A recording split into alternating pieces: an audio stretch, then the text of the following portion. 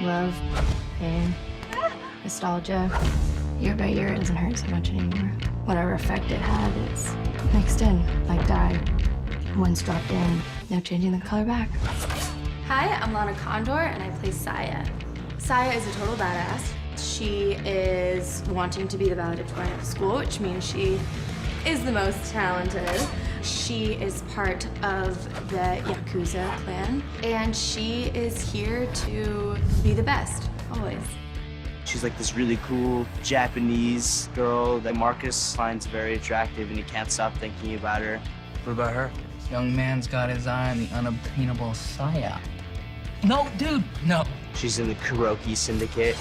My character specializes in wielding the katana, which I have right here, and martial arts, and all things violent. Run! Saya is the most athletic and deadly character in the entire series, with the exception of Master Lin. And there could be no one more qualified to play this role than Lana. She brings an incredible amount of discipline to this role, in the same way that Saya brings discipline to the order that she keeps within her gang and in her domain inside King's Dominion. Whatever broken shit is inside of us is there the day we're born.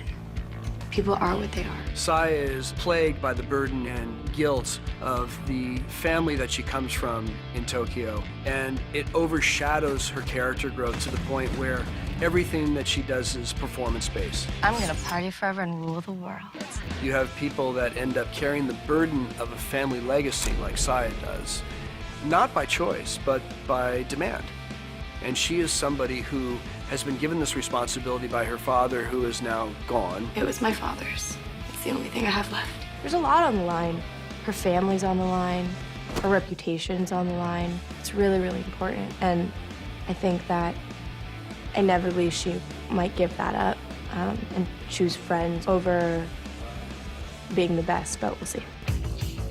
Saya approaches surviving King's Dominion with walls up. She is very guarded because she's been hurt in the past, and she doesn't want to let anyone in because she knows what it's like to be hurt, and that totally sucks. I have my own rules.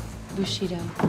Your honor lives in your sword, and I'm not leaving my honor in a closet next to some Hot Pockets. But I think there's a lot more to her than just that, and she's gonna learn how to be able to express her feelings better. You were so my best friend. Do you know that? Oh, totally. You're so goddamn cool. Saya is the only person that Maria has in her life. The only true friend, the only true relationship that she thinks she can count on. And I think Saya feels the same way. Maria and Saya are very different characters. Their costumes are so completely different. You would think in real life, what would these girls have in common? But the strength is what they have in common. Maria is very showy, lots of jewelry, very sexy, whereas Saya is very dark and understated, and they both have a very cool girl, strong sense about them. And you wouldn't think that they would be friends. There's a thread in there that makes their friendship really special. And it also, I think, breaks down some barriers where people don't expect these types of women to be friends, and yet they are. Who gives a shit what those assholes think? The show revolves so much around friendships made with unlikely people, like kind of polar opposites in a way. And I think that's so important because it shows that no matter how different you think you are to someone else, that doesn't mean you won't become best friends with them. It doesn't mean you don't have anything in common with them. So I think that we're really exploring friendship with people we wouldn't expect to be friends with. And we're also really exploring what friends will do for each other. True friendship and friends can become your family. Ever wonder what happened to your life? How you ended up here? Ever heard of the red string? Many Japanese believe our relationships are predestined by a red string the gods tie around the pinky fingers of people who find each other. It might tangle or stretch, but it never breaks. And I think that's a really good message to show that friendships can be really, really hard, and friendships can suck sometimes. I think true friendships are worth fighting for. What are you gonna do about it? Throughout the show, we do a lot of fighting on our own, but we also fight together as a team.